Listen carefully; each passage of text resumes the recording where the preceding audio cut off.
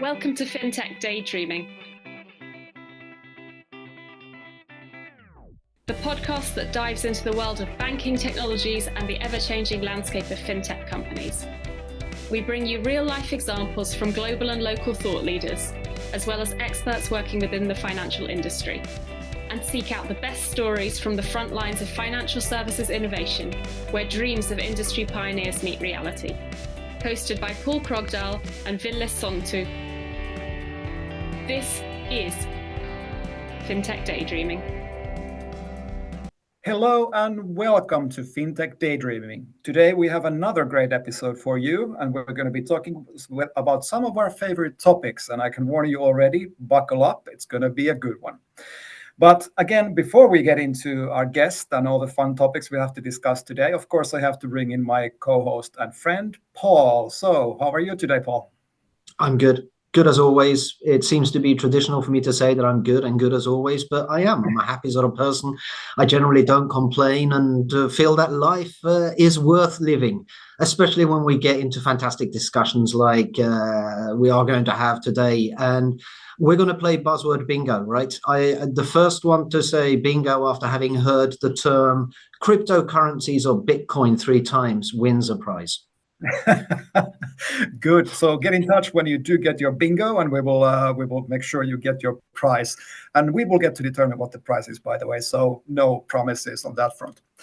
But great. So again, we are actually, both of us, Pål and me, are standing in meeting rooms in our respective corporate offices. So apologies for the kind of a boring background today, if that matters to you. For me, it's okay. Happy to be here with this episode today. And I'd like to just add to that, Ville, if I may, because as you know, for one reason or another, I'm not going to blame it on corporate policy. I'm not going to blame it on where I work or anything else. But I am going to say that we had to start recording late because for one reason or other, Zoom had been uninstalled from my device, my laptop. So if there does happen to be any technical errors in our recording today, which we didn't pick up in my haste of reinstalling Zoom, trying to get it configured in the right way as we normally have it for recording our fantastic podcast episodes.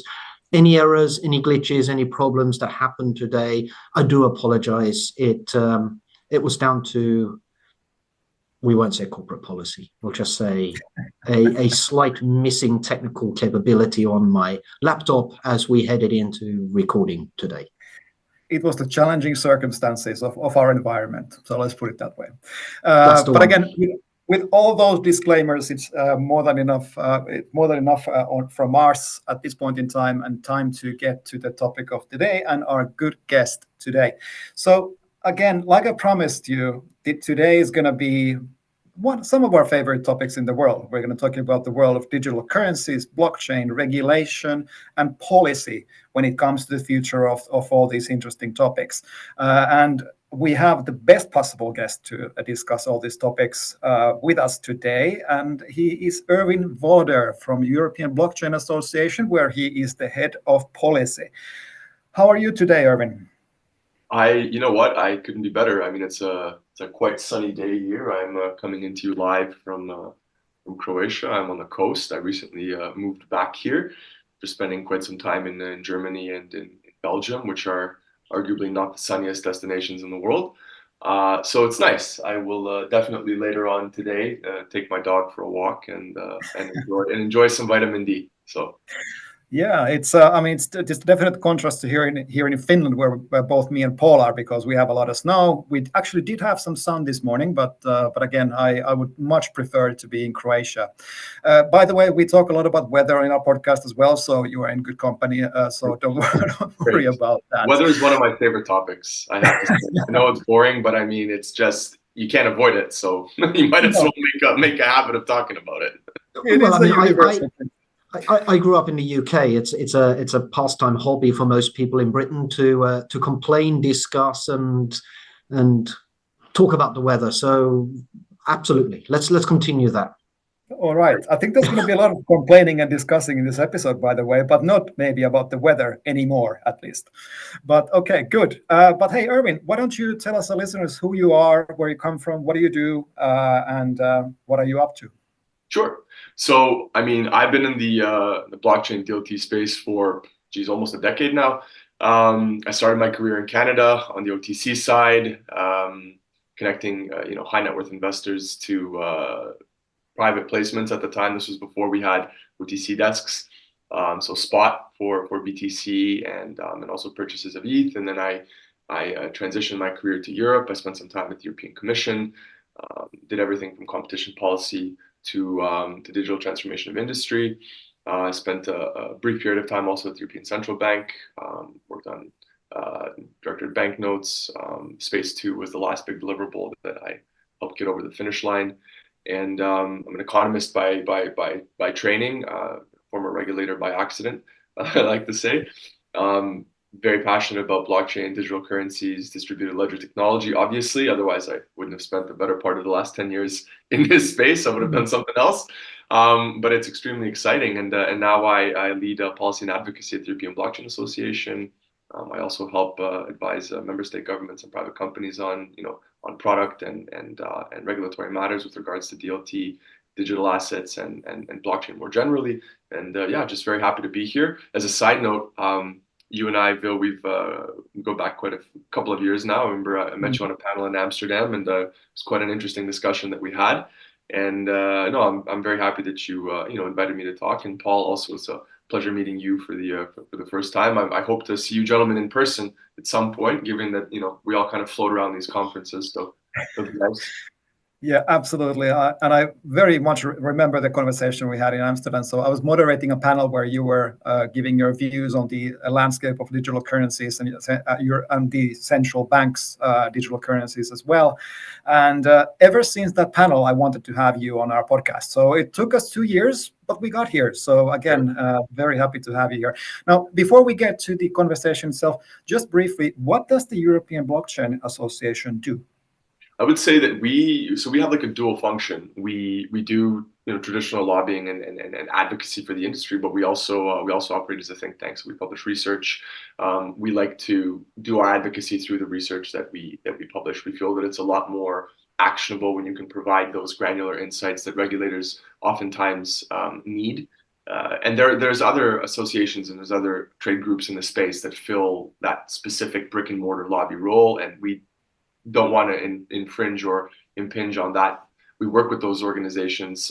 We recently co-published a manifesto with some of the other leading blockchain associations at EU level, specifically around these topics, but we do focus a lot more on research and trying to focus on those issues that may still become problematic in the future. And as I say problematic because it's a loaded word, but I mean looking at things like digital identity and staking, lending, etc. So this has kind of occupied our association space over the last year and a half or so at least.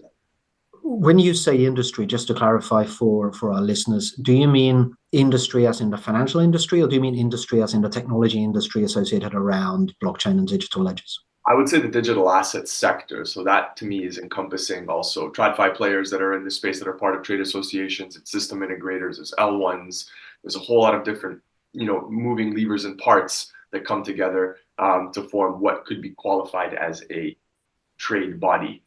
It's essentially anybody that has a vested interest in seeing this technology implemented correctly with the right blend of innovation and consumer protection. And so we do occupy this space. We just we tend to do our work in a little bit of maybe a different fashion. So. All right. I think that gives good clarity on where you're coming from.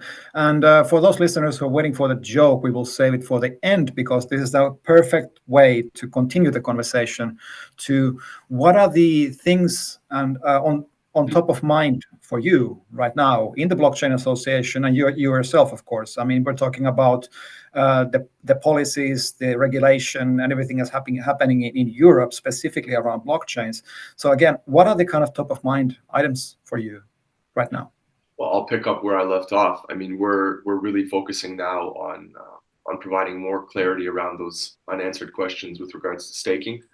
how staking differs from lending, different kinds of microservices that could be leveraged on top of technical staking, and what the implications for this might be.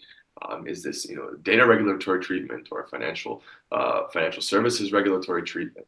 And this has to do with everything from MEV, toxic versus non-toxic, looking at liquid staking tokens, looking at restaking tokens, liquid restaking tokens. So these sort of things, rehypothecation, daisy chain risk, and then digital identity.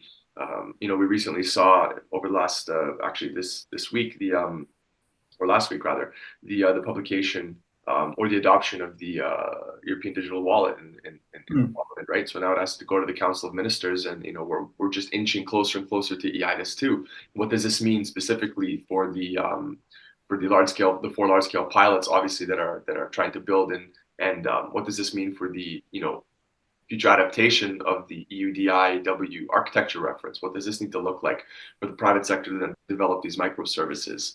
And we also see from the Belgian Council presidency this push towards Europeum, right? And the and talk about EDIC also at EU level now. So what EBSI looks like, and what EBSI might be kind of compartmentalized into and provide in the future, and what's going to be for the member states to do now. Where is this responsibility and burden shifting towards? And I think this also has profound implications for the consumer. Also looking at, for example, privacy, selective disclosure. What does this mean for the upcoming GDPR review? Things that we left unanswered, questions over the last several years that will now likely need to be answered in light of the digital wallet, and in light of the GDPR review, and in light of things like ZKPs. And I think this is really important. And then I would say a more long-term, at least research perspective for us, is looking at it may be a little biased, but I mean, looking at the value and volume of what's actually done on the Ethereum virtual machine environment, right?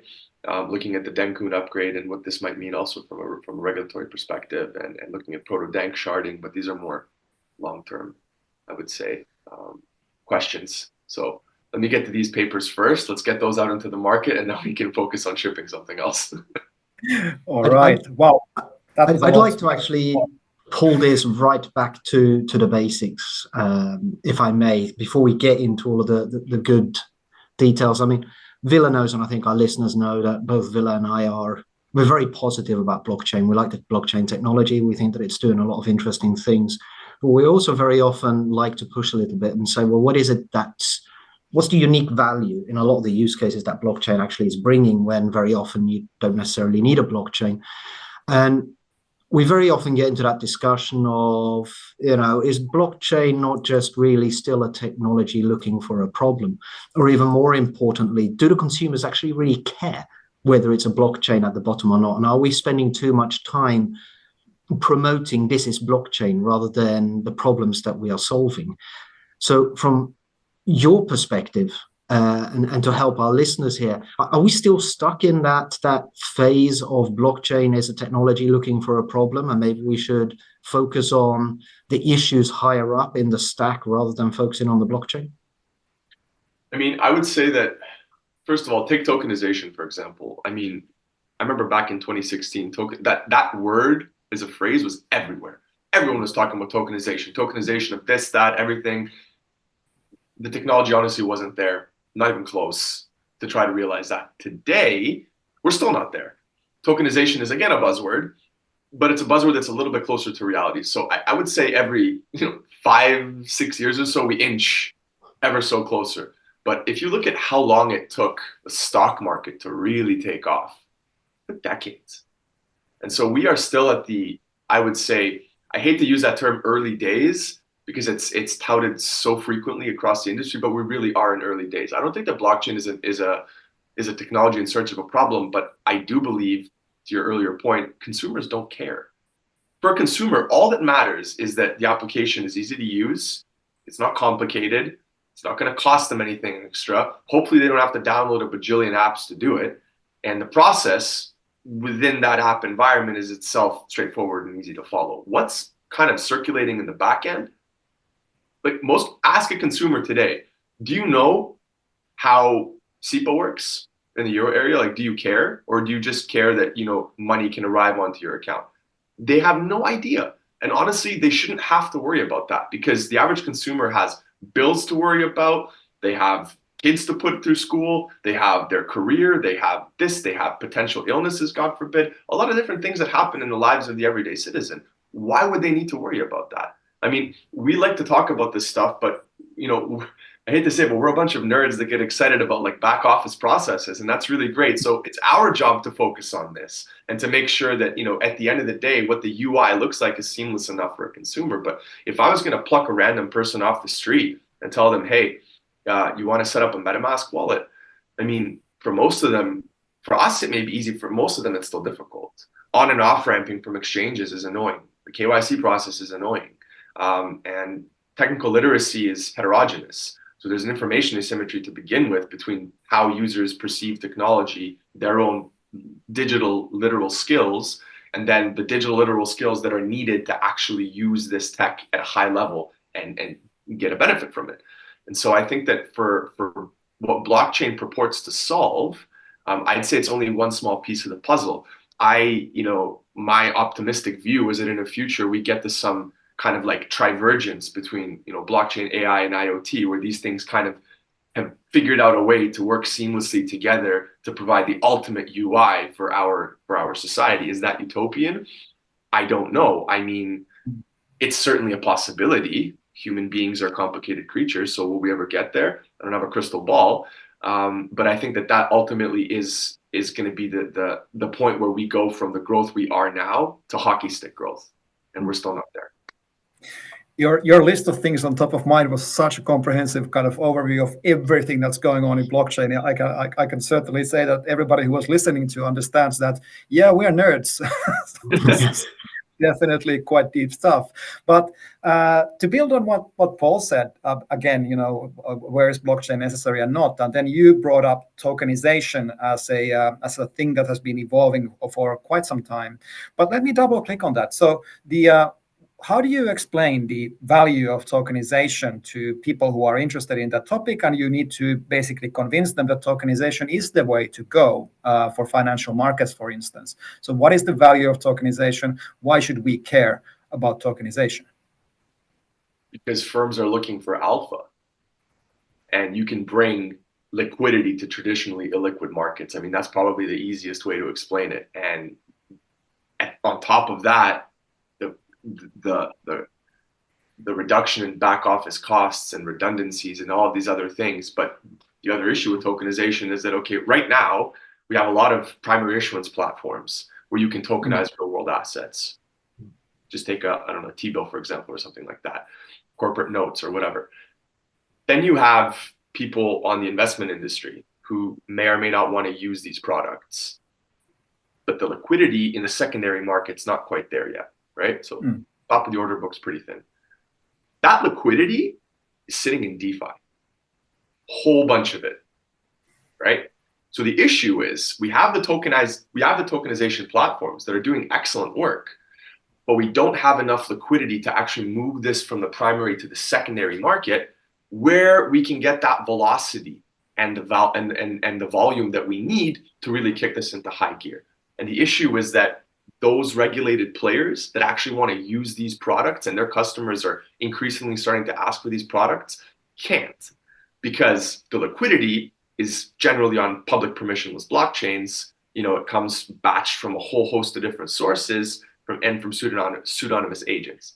And so whoever can figure out how to scale the identity gateway to mix with the liquidity and the settlement leg, going to make a lot of money, because that's ultimately where we need to piece these things together. Now, a lot of this can come from the DeFi stack itself. It's inherently composable, right? You've heard the Lego blocks analogy. So I feel that this is definitely where the space is going to go, but it's ultimately also going to be contingent on how can we shore up that source of liquidity at the permission level of those permissionless applications to allow these regulated players to access those products. So it's not so much that tokenization itself is an impediment. It's that the actual operative process for those institutions is the impediment, not the tokenization. You can tokenize anything, even now.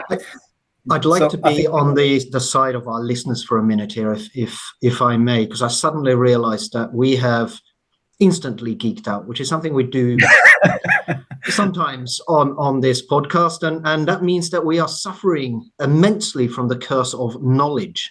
And I'm fearing for our listeners sitting out there going, what is DeFi? What is tokenization? And what the hell are you guys talking about? So maybe we can step back very quickly for our listeners and start with, Erwin, do you want to just one sentence explain to our listeners what is DeFi? And then secondly, what do we mean by tokenization? What is tokenization? Because maybe our listeners out there are going, hang on, blockchain, isn't that Bitcoin? Oh, there we go. First tick. But Erwin, if you can start with very quickly, what do we mean by DeFi and what is tokenization? I mean, first of all, I want to exclaim, there's no unified definition of what DeFi is. So I can give you a part of what mine is. So to me, decentralized finance is essentially using public permissionless blockchains to create composable financial products that may or may not already exist in the real world, or in such cases that they also use the underlying blockchain infrastructure to create novel forms of lending, of portfolio management, of value transfer, of wealth transfer, etc. Tokenization is the process of taking an asset that exists in the real world, using a DLT infrastructure, so using a DLT network, and creating a tokenized digital representation of that asset that can live on a blockchain.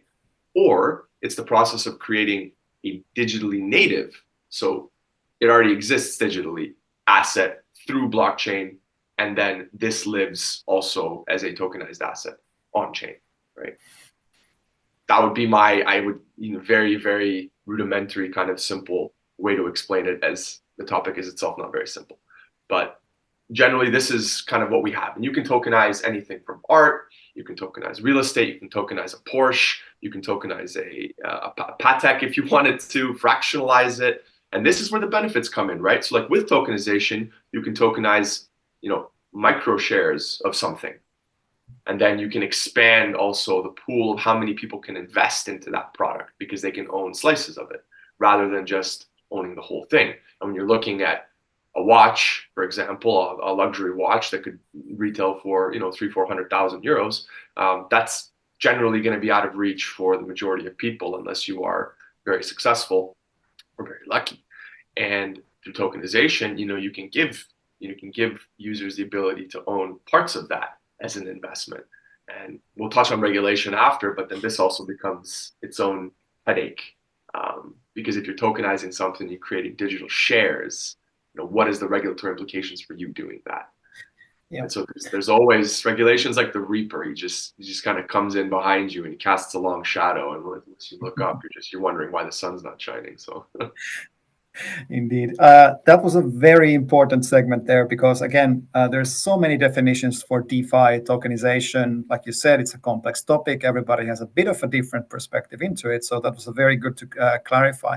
Now, let me try to repeat back to you from what I got. So basically, you can tokenize anything today. So I can start my own database and I can create 1,000 shares of a thing that I have, call it my car, whatever. But the problem with that is that is not standard. That is basically just my own system that is not connected to anything. And if I'm hearing you correctly, I'm understanding your position correctly, DeFi, or the permissionless blockchains, as you kind of define it, is a way to standardize that layer of issuing these tokens and again having this secondary market problem standardized, so that it becomes like a global standard where everybody can hook into these with their own systems, and you can create this secondary market without specifically creating that bilaterally every time. Is that somewhere close to the truth? Yes, generally, but I would also say that there's different kinds of token standards, as you may well know, and for your viewers who don't. I mean, you have on the Ethereum side, at least, you have ERC-20s, which is your standard, fungible token contract, ERC-721, your standard non-fungible token contract. You now have a new EIP for the T-Rex protocol, which is aiming to be a standard for permission tokens, for security tokens, right? So security tokenization. And the thing is that with DeFi itself, it's much more democratized access to financial products and services, right? Because anybody can spin up a MetaMask or some other kind of non-custodial wallet and they can plug and play into these systems, and they can trade, and they can on and off ramp, and the composability is what allows you to do really interesting things. I would also say that information asymmetry, because the users themselves are pseudonymous, it also creates like inbuilt systemic problems within DeFi itself. So just take lending, for example. Like if you can't gauge somebody's credit score, you have to jump through a lot of hoops to make sure that the lending isn't over collateralized. And generally there's protocols that have carved out a niche for themselves. There's companies that do that now, that provide that service to provide or try to provide under collateralized lending, but most of DeFi is still over collateralized. Which means that you have to, there's the risk premium for wanting to engage with somebody who you can't verify what they are, where they come from, or etc. And I think this is also one of the systemic vulnerabilities of DeFi, or could be in the future. But generally, the way that you can use smart contracts specifically to compose those financial products and services is something we have not seen before, right? And you see like perpetual futures, for example, in DeFi are like a great example of that. These are excellent products that are now starting to also become like TradFi companies want to be able to access DeFi to use the perpetual futures and centralized exchanges and things of this nature. So I think that that's just one small example. Yield farming is another one. Decentralized portfolio managers, all these DAOs. I mean, DAOs are a rabbit hole in of themselves, right? I think DAOs are probably, but DAOs to me aren't only DeFi. I wouldn't say that DAOs within DeFi, maybe we can get into this after, are a fascinating technical abstraction. But the DAO concept itself can be applied to almost any industry. And I think this is really one of the value propositions, one of the USPs for blockchain. Oh, wow. Yeah. So again, if you're trying to do that bingo right now, I know you're already overflowing, but we've mentioned pretty much every concept possible in the blockchain world. And we could do an episode alone on decentralized autonomous organizations, so DAOs, like you mentioned. But let me try to kind of pull this back a little bit and try to limit the conversation. You already brought up the topic of regulation. So the Grim Reaper that is standing behind you, like you mentioned. We've discussed, even in our podcast, a couple of times, that there's a lot of regulation coming on towards the blockchain and crypto space, especially in Europe. So the markets in crypto assets regulation, the DLT pilot regime, and to a certain extent, even the eIDAS 2, the digital identity regulation and rulebooks that are coming are also partially linked to this world. So, I mean, maybe you can give a brief overview of all of those things and what are the challenges and opportunities that this regulatory activity is now bringing to the blockchain space. So what you mentioned are, two pieces of the digital finance package, right? So yep. EU's digital finance strategy, DLT pilot regime was adopted first, and it's basically a framework that allows companies credit institutions and financial institutions to build, test, and operate financial market infrastructures based on distributed ledger technology, different kinds of DLT-based trading systems, trading and settlement systems. It also gives them exemptions because it's essentially a regulatory sandbox from the Markets and Financial Instruments Directive, like MiFID. And so, companies can apply either by themselves or with a technological provider. And it's one way to allow, let's say, TradFi to test those DLT-based MIs and to build and attempt to scale in a regulatory compliant way, or a way that isn't burdensome from a regulatory perspective. And then you also have other, let's say, caveats with the DLT pilot regime, like doesn't really solve or say much for on and off ramping. There's issues also around, how are derivatives going to be treated? And so this is questions that companies are coming to their NCAs, their national competent authorities, so their member state regulators about. And then you have MiCA, so the Markets and Crypto Assets Regulation, as you mentioned, probably the most famous of the three. So does everything from regulating exchanges, the offer and emission of crypto assets, stable coins. We're calling them asset reference tokens and e-money tokens. So whether they're pegged to a basket of currencies or commodities, or referencing a single currency, which then itself has to reference the electronic money directive, so the e-money directive. And again, looking at investments, portfolio management, custody. And then it also, both of them are, I guess, underscored by DORA, so the Digital Operational Resilience Act, which doesn't get enough attention, I think, and it's a potential dark horse, right? Because it's talking about all of the internet communication technology, the ICT third-party management risk, talking about the network connectivity, the OPSEC, CyberSec, all of these things, and it covers CASPs, right? So it covers crypto asset service providers that are also mentioned under MiCA. And so they have to adhere to those requirements, sort of the credit institutions, sort of the insurance companies. And so the regulators that are overseeing this, they understand that there's a duopoly at play here between companies that are going to be offering these products and services, and the need for those companies obviously to be technically sound, given the amount of hacks and other things that still take place in the space. And then, MiCA doesn't address certain things, like MiCA doesn't address fully decentralized protocols. It doesn't even define full decentralization. Doesn't touch lending. It doesn't touch staking. Doesn't say much for identity. It exempts validators and miners. There's a specific mention to that in the recitals because they provide crypto transfer services.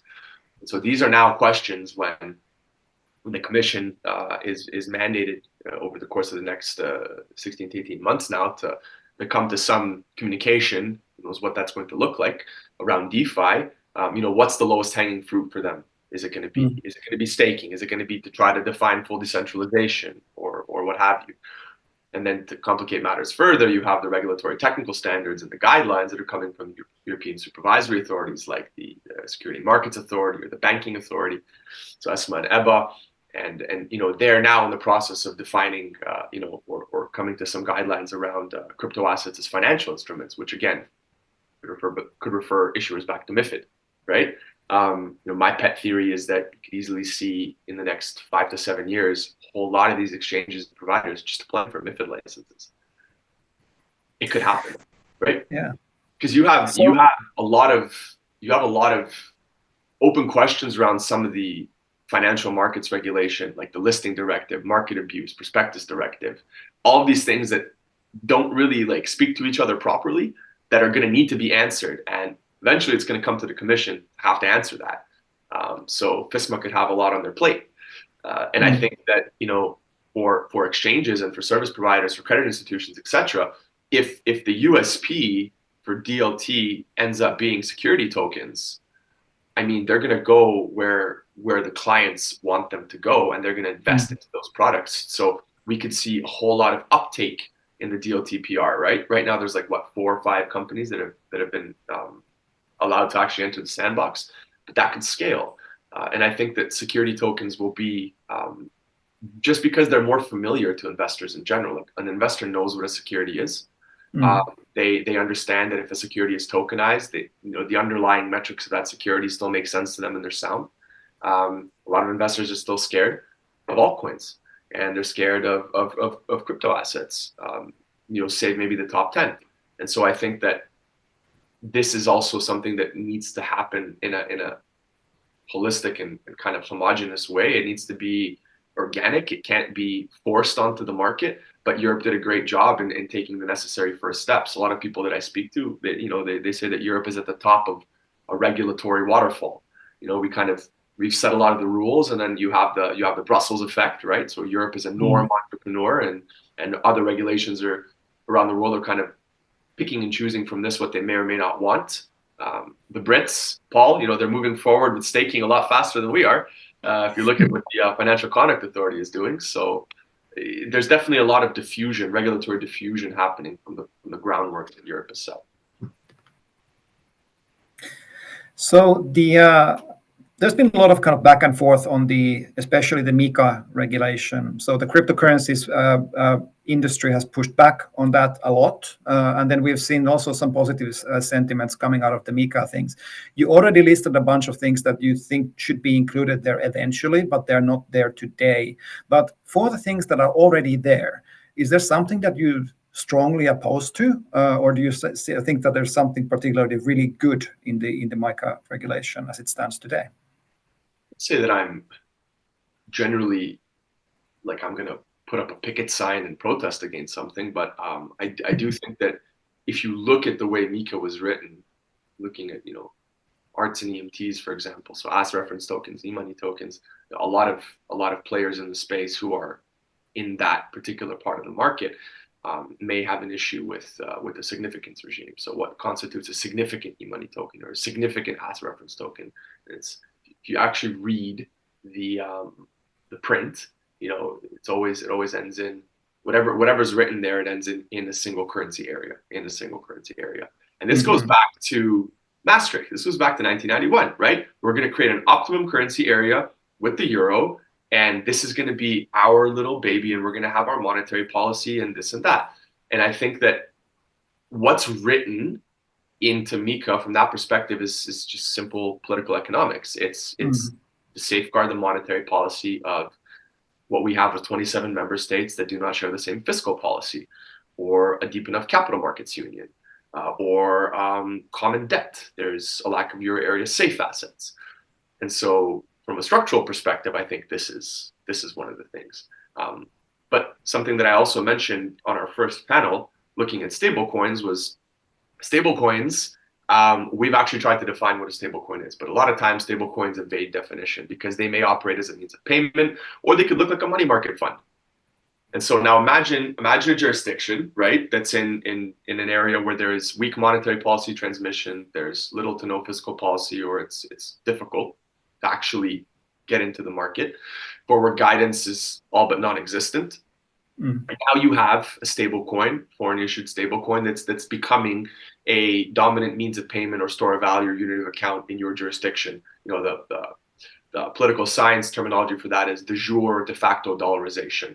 Use the term dollar because generally the greenback and its role in the global economy. But now you imagine you're a central banker in this country. You have to maybe make a determination. Do you include this thing in your monetary aggregates? And if you do, which one? Is it M0? Is it M1? Is it M2? Is it M3? Depending on how it's actually being treated, it's going to affect whether or not you classify it and then how you classify it. And this then has other political knock-on effects, right? Because central banks are independent, but read independence with a grain of salt. So, absolutely. And I think we're kind of heading towards the final part of the conversation, where what I still want to briefly cover, because again, if time is running quite fast. It is the monetary aspect of DLT and the blockchain space and the digital currency space in general. So you already started to talk about stable coins, which at least in my perspective is a form of private money, right? So it is private currencies. You can structure those in different ways, fully backed, or there can be different kinds of assets backing it. Again, private form of money. And then there's the public form of money. These are the central bank digital currency projects that we're seeing all over the place. I guess the one that we have to talk about most in Europe is the digital euro project. Now, very briefly, if you're able to explain how do central bank digital currencies differ from stablecoins and private forms of money, and why does it matter? Well, there's different kinds of CBDCs. So central bank digital currencies, there's retail CBDCs, there's wholesale CBDCs. A retail CBDC is backed by the full faith and credit of the central bank, meaning the government. So unlike a stable coin, which can be construed as a narrow bank in some situations, it's backed by the issuer, which is the bank, but it's backed by the deposits that stable coin has to hold as collateral against itself. Stable coins, like narrow banks, if you look at Dyson and Vibig, generally prone to run risk as well. And I think that the difference is that a central bank can always print its way out if it wants. Stablecoin issuers can't do that. They have to maintain the peg. The peg shakes, confidence shakes, and you precipitate runs, these sort of things. I think the other difference between central bank and a central bank digital currency and a stablecoin is that a lot of the central bank digital currency projects are not programmable in the way that maybe industry needs them to be. So a stablecoin is programmable. It's smart contract enabled, and you can do a lot of different things with it. Like you could use a stablecoin in asset as a service payment schemes, fractionalization, streaming money, all these sort of things. A retail CBDC that's not built the same way, you can't do that. Now, the digital euro, it borrows unspent transaction outputs from Bitcoin. So this is where it's similar, but it's still centralized. It's going to have a completely different architecture. The use cases that are being prioritized are completely different from the outset because they match the political priorities of the euro area and of Europe as an internal market. And then they also have to align with the monetary policy objectives of the central bank, which is a burden that private issuers of stablecoins don't have to worry about, obviously, in the same way, because they're also not on the hook. The thing, though, with what we have in Europe, unfortunately, is that if the US wanted to issue a CBDC, the US could issue a CBDC and they could back it by US treasuries.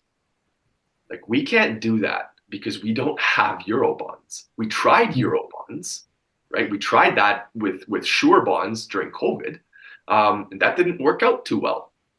Okay, if you look at where those Sure bonds are now, like, I remember reading recently there was a 7 billion note issued. I think it was a 0.1% coupon over.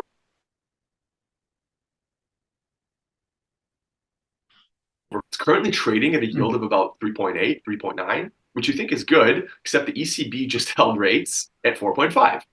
Okay, so you have a bid ask of like 0.5, 0.55, something like that. So it's actually trading at a 45% loss.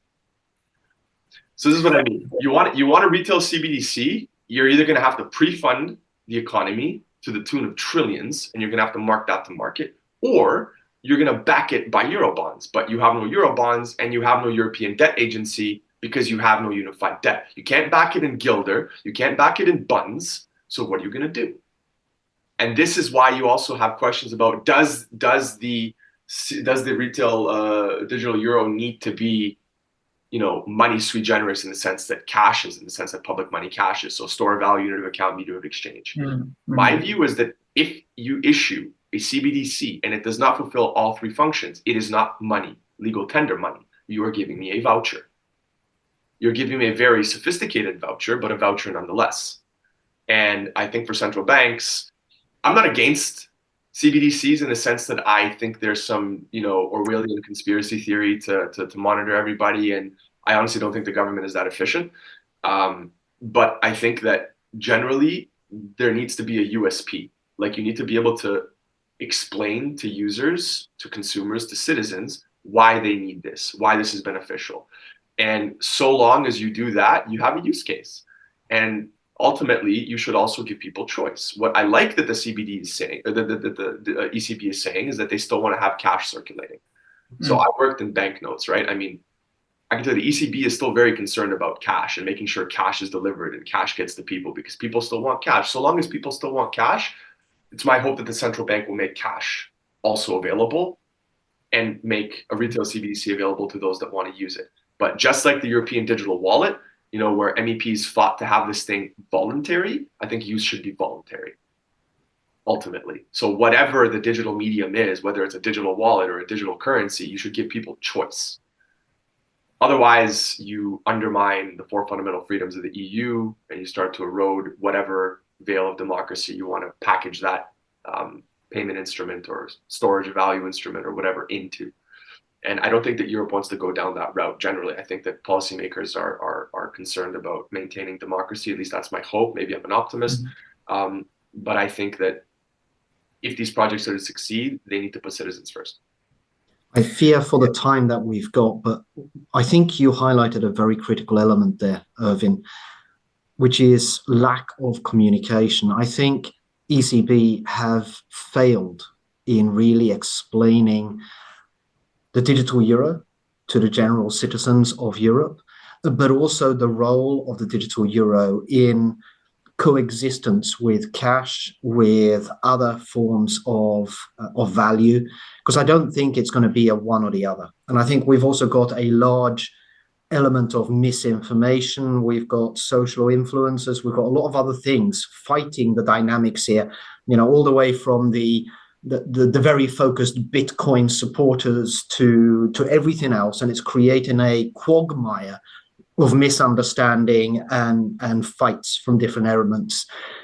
I personally believe that if we look at the digital euro more as a way of representing cash in a digital world, as we move more and more into a digital capability, it makes an awful lot of sense. Don't take cash away. We're still going to have cash as you and I go physically and see each other, and I can give you 10 euros.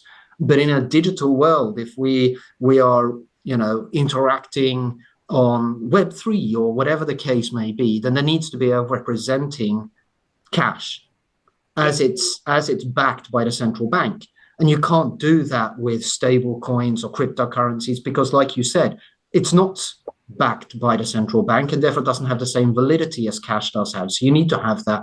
But I think people are getting very blinkered and assuming that it's one or the other. It's black or white. And the truth is that the future is going to be gray and cash isn't going to disappear anytime soon, very much like you said.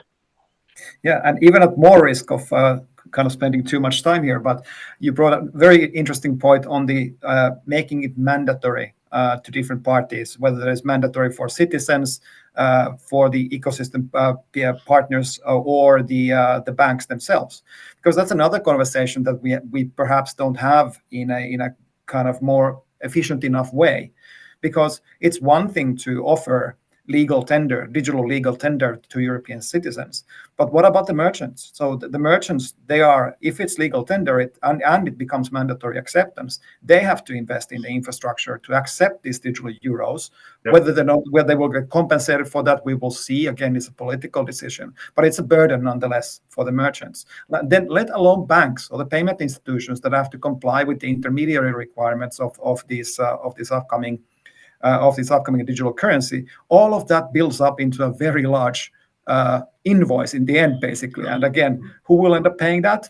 Probably the taxpayers of the European Union in one way or the other. So again, I think communication is key to making everybody understand why is the ECB doing this, why it needs to be done in their opinion, and what is the value for European citizens ultimately. But yeah, I think it's a work in progress for sure.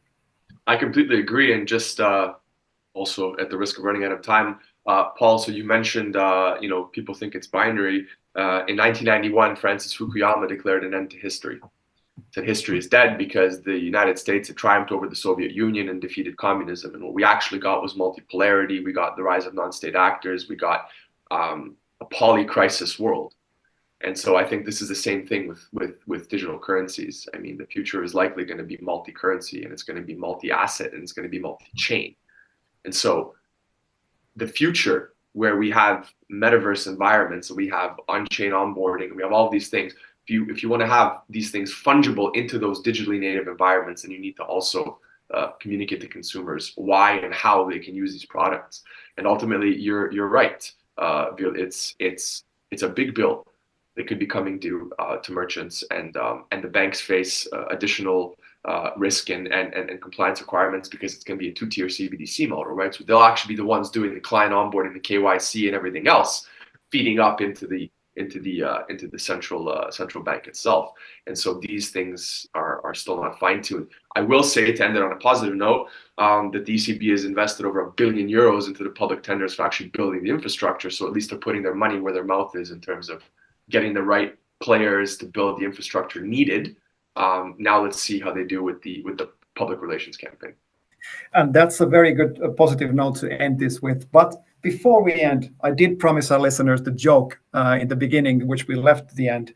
So sorry to rush the ending a little bit, but again, time is running. And we do owe them the joke. So Erwin, do you have a joke for the listeners? I do. So I was reading a headline this morning. If you invested into Pepe, so Pepe is a meme coin for those who don't know. If you invested into Pepe, something like $27 back in 2021, that wallet would be worth over 14 million today. What God? The downside with meme coins is that you could also lose everything in a second. So you're damned if you do, and you're damned if you doge. Wow, that is a properly nerdy joke to end a very nerdy episode, by the way. But I enjoyed this thoroughly. Again, the only thing left now here is, Erwin, how can people reach out to you, find out more about what you do, what the Blockchain Association does, and where can they follow you? Well, I'm very active on LinkedIn. So if you just look up Erwin Voloder MES, follow, connect. drop me a line. I'm very active posting there. European Blockchain Association .org to find out more about the work of the association and how you can get involved. We also have a contact us if you want to send a general inquiry or reach out to me also directly and get involved. We're very open to collaborations, obviously to new members, and to moving the industry forward one step at a time. Excellent. I can definitely recommend you as a panel moderator for Erwin. If you really like these topics, find a panel or a presentation where he's on stage, and you will enjoy for sure. Good. With that, it's all we have time for today. Again, thank you for listening. It's been a ride. I hope you enjoyed it as much as we did. And reach out to us as well in the usual channels. Follow, subscribe, put the notifications on, leave us a review. All of that helps a lot. Thank you very much for listening. This has been Fintech Daydreaming. This is Fintech Daydreaming.